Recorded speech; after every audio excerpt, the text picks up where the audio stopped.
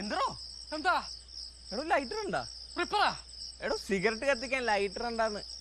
Light ഒന്നുമില്ല, ഞാൻ ഒറ്റയ്ക്കൊന്നുമില്ലേ. ഈ വളർന്നു ഞാൻ എന്റെ കൂട്ടുകാരെല്ലാം നിപ്പുണ്ട്. അതിന് അവരെ വിളിച്ചാണ്ടല്ലോ. ഓടോ.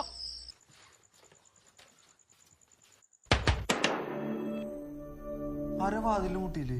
അതാ നെറ്റ്ഫ്ലിക്സിന് ടൂണ്. എടാ തുറക്കണ ഞാനാടാ. അത് മാത്തപ്പന.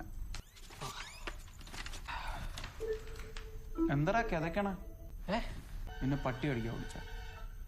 ഒന്നുമില്ല, ഞാൻ അവിടെ നിന്ന് ഇങ്ങോട്ട് വന്ന വഴിക്ക് ഒരു വ്യായാമം ആയിക്കോട്ടെ വെച്ച് ബ്രിസ്ക് വാക്ക് ചെയ്താ വന്നേ.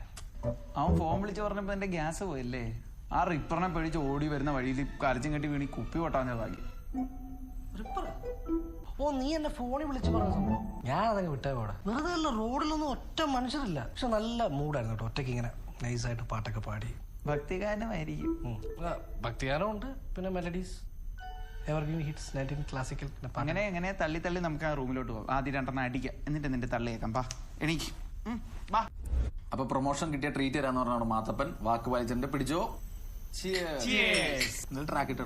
ട്രാക്ക് ഒന്നും വേണ്ട, നമുക്ക് സംസാരിച്ചിരിക്കാം. എന്താ ട്രാക്ക് എടുത്ത്? അല്ലെങ്കിൽ ട്രാക്ക് എന്തിനാണ്? നമ്മളെന്നാണ് ട്രെയിൻ ഓടിച്ച് കളിക്കാൻ പോകുന്ന. നീ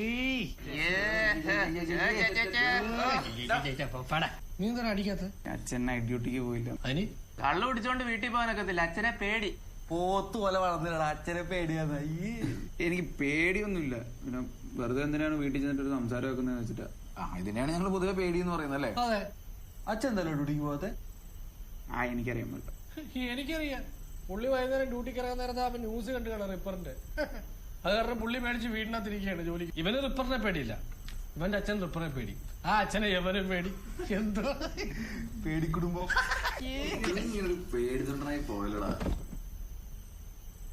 വല്ല ശബ്ദവും കേട്ടോ? ഞാനൊന്നും കേട്ടില്ല. വെറുതെ ഒരു സൗണ്ട് കേട്ടില്ലേ? ഞാൻ കേട്ടു.